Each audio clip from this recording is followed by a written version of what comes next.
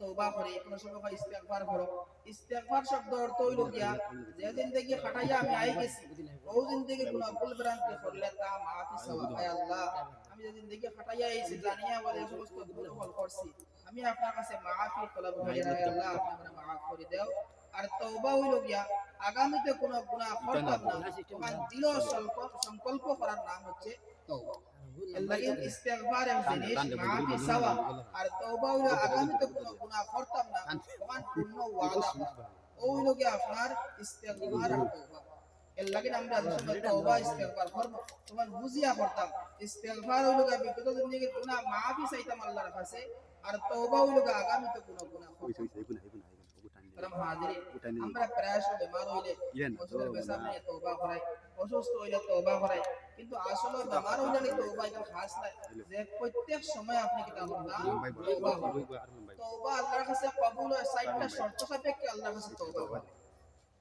আমরা প্রায় সময় তো তওবা করি, ও নামাজ পড়ি আর না বেমার হইছি, আয় আল্লাহ আমি আর কোনো গুনাহ করতাম না, সুস্থ হওয়ার বাদে বাদে হইলে ফিরে আবার আমার নামাজ ছাড়া শুরু গুনাহ করা শুরু হয়ে যায়। ওইটা 60টা শর্ত সাপেক্ষে যদি আপনার আমি তওবা করি তাহলে আপনার তওবা আল্লাহ রাব্বুল আলামিন কবুল করবে। এখন আমার শর্ত হইল গিয়া আমি বর্তমানে যে গুনাহ করিয়া, আমি এই যে মুসলমান হিসাবে নামাজ ছাড়িয়া, আমি আপনার রোজা ছাড়িয়া, আমি সুদ খাইয়া, আমি ঘুষ খাইয়া, আমি হারাম কর্মের মধ্যে লিপ্ত, বর্তমানে আমি একজন মুসলমান হিসাবে এই সমস্ত কর্ম করা আমার লাগে উচিত নাই, মুনাসিব নাই। ওই সময় আপনি শর্মিন্দা महसूस করতাম, শর্মিন্দা অনুভব করতাম অন্তরের মধ্যে। এক নম্বর শর্ত। আর 2 নম্বর শর্ত হলো কি আপনি যে গুনাহ বর্তমানে খতরা ও গুনাহ ছাড়ি দিতা। আজ যদি আপনি সুদ খায়, সুদ ছাড়ি দিতা। আজ যদি আপনি নামাজ ছাড়েন, নামাজ পড়নে वाला বনে যাইতা, বলা হারাম কর্ম করনে वाला তাহলে আজ যদি ছাড়ি দিতা। 2 নম্বর শর্ত। 3 নম্বর শর্ত হইল গিয়া আল্লাহর আদেশ মানে আপনি মানিয়া চলা, আল্লাহর নামাজ পড়া, রোজা রাখা, হজ করা, যাকাত দেওয়া, বালা খাজ জগল করা, যেগুলো করিয়ার না এবং করা আজকে থেকে আরম্ভ করে দিতাম।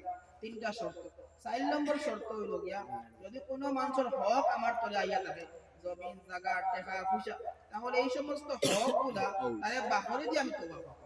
যদি আমি হক রাখিয়া তওবা করি, সারা জিন্দেগি নামাজ পড়ি, হজ করি আর তওবা করি, একটাও তওবা আল্লাহর কাছে হইতো না।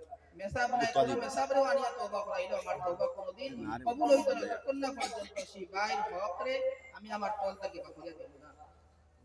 محترم حاضرین، امام ابو حنیفہ رحمۃ اللہ تعالی علیہ سے بڑا ایک مسئلہ لیا گیا، مسئلہ হলো গিয়া তাই জানেন তান বাবাই সত্যি যে তান তোলে লাগাবাড়ি দুই মাংস এক মাংস কিছু অংশ তান করে হয়ে গেছে, কিন্তু হি ভাই অস্বীকার করে না আমার হক হয়ে গেছে না, আমি তোমার সম্পত্তি দিতাম না।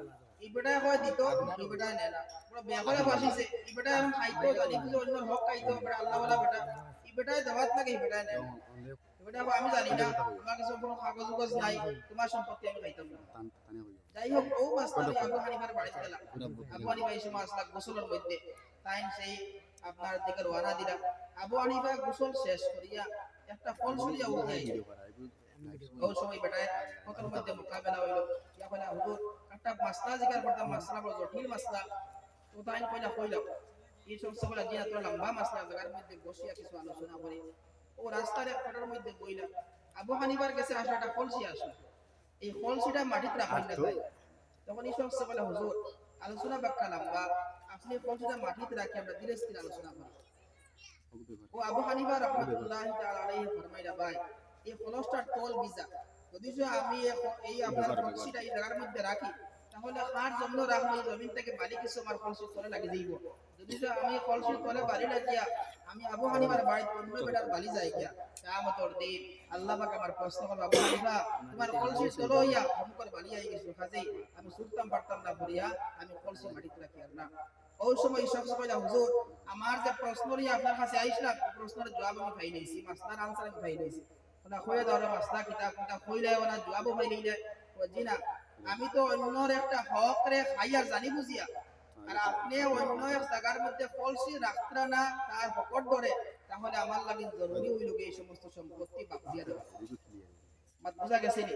এর লাগিন কইতরা তওবা ওই সময় কবুল হইব যদি সে অন্যর কোনো হক আপনার আমার তরিয়া নাই যায়, তাহলে এই হকটা বাহরে যায় আল্লাহ আমি জানিয়া কিংবা তোদের এই ভুল করি লইছি, আর কোনটা ভুল করতাম না, আমি খালিস দিলা তওবা করে আর কোনোদিন অন্যের হক রান মারিয়া খাইতাম না সঙ্গে সঙ্গে তওবা শেষ হইতো না আপনার গুনাহ সঙ্গে সঙ্গে মাফ হয়ে যাবে সুবহানাল্লাহ আল্লাহ রাব্বুল আলামিন সূরা তাহরীমের শেষাংশে ফরমায় ইয়া আইয়ুহাল্লাযীনা আমানু তুবু ইলাল্লাহি তাওবাতান নাসুহা আসা রাব্বুকুম মান ইউকাফিরা আনকুম সাইয়্যাতিকুম ওয়া ইউদখিলাকুম জান্নাতিন তাজরি মিন তাহতিহাল আনহার আল্লাহ রাব্বুল আলামিন ফরমায় হে বিশ্বাসী বান্দারা তুমি আমার উপরে তওবা করো তুমি তওবা করো তাওবাতান নাসুহা প্রকৃত তওবা করো সেই 60টা শর্ত সাপেক্ষে তুমি তওবা করো যদি তুমি এরা প্রকৃত তওবা করতে পারো তাহলে আসা রাব্বুকুম আইয়ুকাফিরা আনকুম সাইয়্যাতিকুম ওয়া ইউদখিলাকুম জান্নাতিন তাজরি মিন তাহতিহাল আনহার আশা করা আল্লাহ রাব্বুল আলামিন তোমার জিন্দেগীর সমস্ত সাইয়্যাত আর গুনাহ আল্লাহ রাব্বুল আলামিন নেকি বদলায়া দিবা তাও শেষ নাই আল্লাহ রাব্বুল আলামিন তোমারে এমন জান্নাতের মধ্যে প্রবেশ করাইবা সে জান্নাতের তলদেশ দিয়া মধুর ঝর্ণা প্রবাহিত থাকবো আজকে আমরা কোন মানুষের ভুল করলে যদি আমার কোন মানুষের ভুলের কারণে জেলে দিলাই গিয়া তাহলে আমার সবচেয়ে বড় পাওনা হইল গিয়া জেল থেকে বাহির ওটাও আমার পাওনা আমি ভুল করছি সাজা পাইছি এখন সাজা থেকে মুক্তি হওয়াটা আমার বড় পাওনা কিন্তু দেখো আজকে আমরা আল্লাহর কাছে গুনাহ করছি আল্লাহ পাকে তওবা কবুল করি আমারে maaf করে দিলে এইটা তোমার বড় পাওনা কিন্তু এরপরেও শেষ না আল্লাহ পাকে হইতা তোমার জিন্দেগীর সমস্ত গুনাহরে আমি নেকি বদলাইয়া দেই তাও শেষ নাই তোমার আরো কিছু বোনাস দিয়া এই তওবার কারণে এমন জান্নাতের মধ্যে প্রবেশ করাইব যে জান্নাতের তলদেশ দিয়া মধুর ঝর্ণা প্রবাহিত হবে সুবহানাল্লাহ আজকে আমরা গুনাহ করলে পাইস হওয়ার দরকার নাই আল্লাহ পাকে মানুষ বানাইছে গুনার ক্ষমতা দিয়েছে নেক আমল করার ক্ষমতা দিয়েছে